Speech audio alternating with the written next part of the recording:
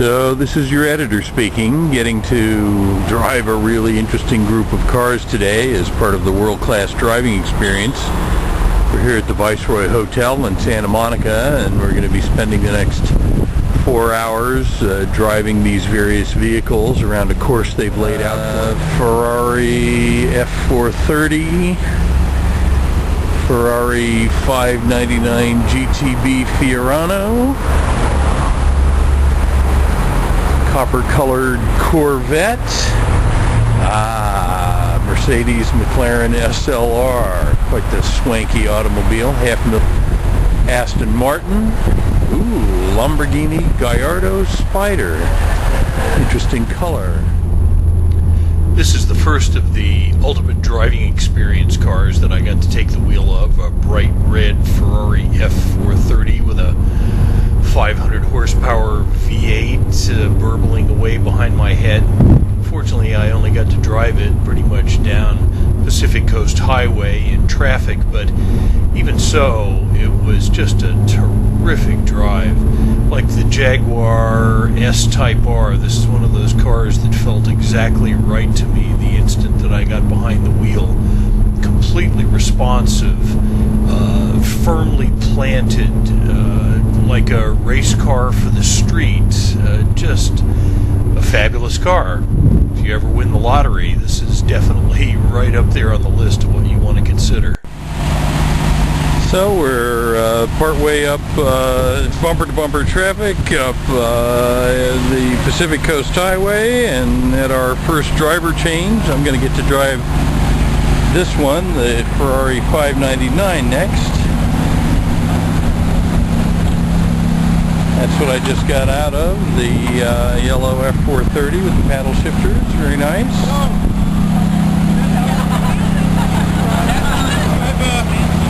Have a look at the engine of the McLaren. So it's a V8 engine which is behind the front wheel. That's why you have such a long front, which is basically 620 horsepower. All the top is in carbon fiber, so you can look the finish. Everything is in carbon fiber. Cool. Something you really can't see. You know, this really is an extremely cool looking car. One of the things I found out talking to the car wranglers that they don't tell you is, if you ever have a flat tire in this car, you have to take it to a Mercedes dealership and they have to bolt it to a special rack, or you'll crack the chassis trying to jack it up. Anyway, it was a cool rest stop when you got this many cars like this all in one place at one time. It's like the circus coming to town. Everybody was coming around for a look. Lamborghini Gallardo Spider now, painted that same iridescent fluorescent lime green as the original Lamborghini Miura, I think it was, and it's a really different experience than either the 430 or the 599. Both of those were much more refined and comfortable, although blindingly fast. There's no real place to put your left foot, and it feels much more like driving a race car than the others. The interior is a little more, I don't know, cramped and Spartan, and the visceral nature of the car is much closer to the surface. The mechanical noises from behind your head are much louder.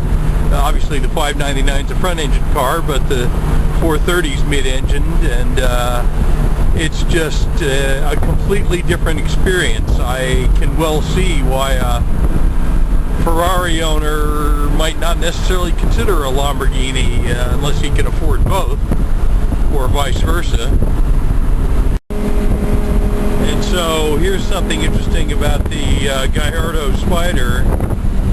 It's got the paddle shifters like the Ferrari, but when you downshift, it does its own throttle blip. So my next drive is going to be in the so my next drive is going to be in the Aston Martin. I guess we'll get to see what James Bond was feeling all those years. Last Aston Martin I can recall driving was an old DB6, and that had to have been 25 years ago, something like that. This thing looks pretty good going down the road, and it has the kind of interesting virtue of being the only one that has a cup holder. So, interesting little bit of humanity here. All these exotic cars, and there's the guy sitting in the tailgate of his truck playing his guitar, looking out over the beach watching the sun go down. Excellent. One thing I think is interesting about this experience and kind of amazes me, having grown up with the older version of exotic cars, is when we stop to change cars and stand around and chat and take pictures, they don't turn these cars off. They just sit there idling.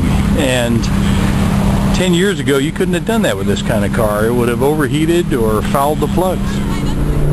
So here we are nearly at the end of this video, and I can see I've done kind of a mediocre job.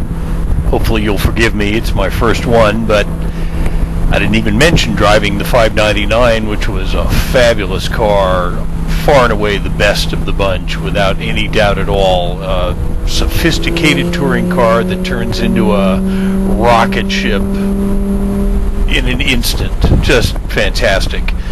And the Aston Martin was a really elegant, beautiful drive, and you know, this whole experience was fabulous. A little like kissing your sister, just from the standpoint that we didn't get to really move the cars too fast, but everybody had a great time, and boy, there isn't a better way to spend an afternoon than driving some of the best cars in the world through some of the best scenery on earth.